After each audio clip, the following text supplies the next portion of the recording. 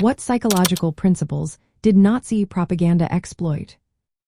Imagine a society where words and images shape minds and steer actions.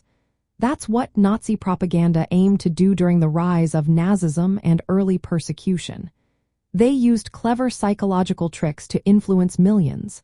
Let's uncover how they did it. First, they played on the idea of in-group versus out-group bias. They made Germans see themselves as part of a superior group, the Aryan race. Anyone outside that group, like Jews or Roma, was portrayed as dangerous enemies. This created a strong sense of loyalty among Germans and made it easier to dehumanize others. It turned complex social issues into simple us versus them stories. Next, Nazi propaganda was full of emotional appeals. They stirred up feelings like hatred, fear, and pride. For example, they used images and words that made Germans feel threatened by Jewish people. They also tapped into pride by glorifying a pure German past. These strong emotions helped rally support and made people more likely to accept harsh policies without question. They also used repetition and simplification. Messages were repeated over and over in easy-to-understand language. This made ideas like antisemitism and nationalism seem natural and unquestionable. When people heard the same message many times, it became part of their thinking without them realizing it. Another tactic was reducing cognitive dissonance. When people felt uneasy about unfair treatment or violence, propaganda provided justifications.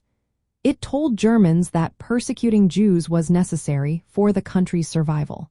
This helped them ignore moral doubts and feel justified in their actions.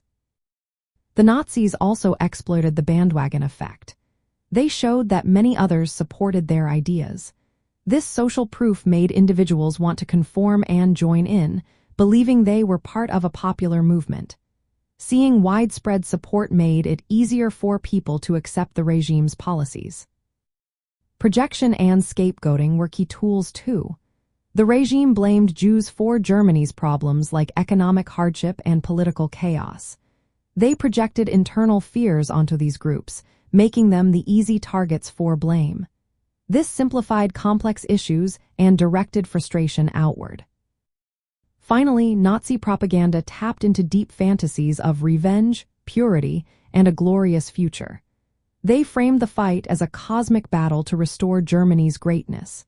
This appealed to psychological desires for meaning, belonging, and righteousness. All these tactics were woven into speeches, films, posters, and education programs. The Ministry of Public Enlightenment and Propaganda, led by Joseph Goebbels, made sure the messages were consistent.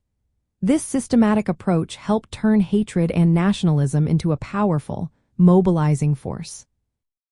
Understanding these psychological principles shows how propaganda can manipulate human biases and emotions. It's a stark reminder of the dangerous power of words and images in shaping society's darkest moments.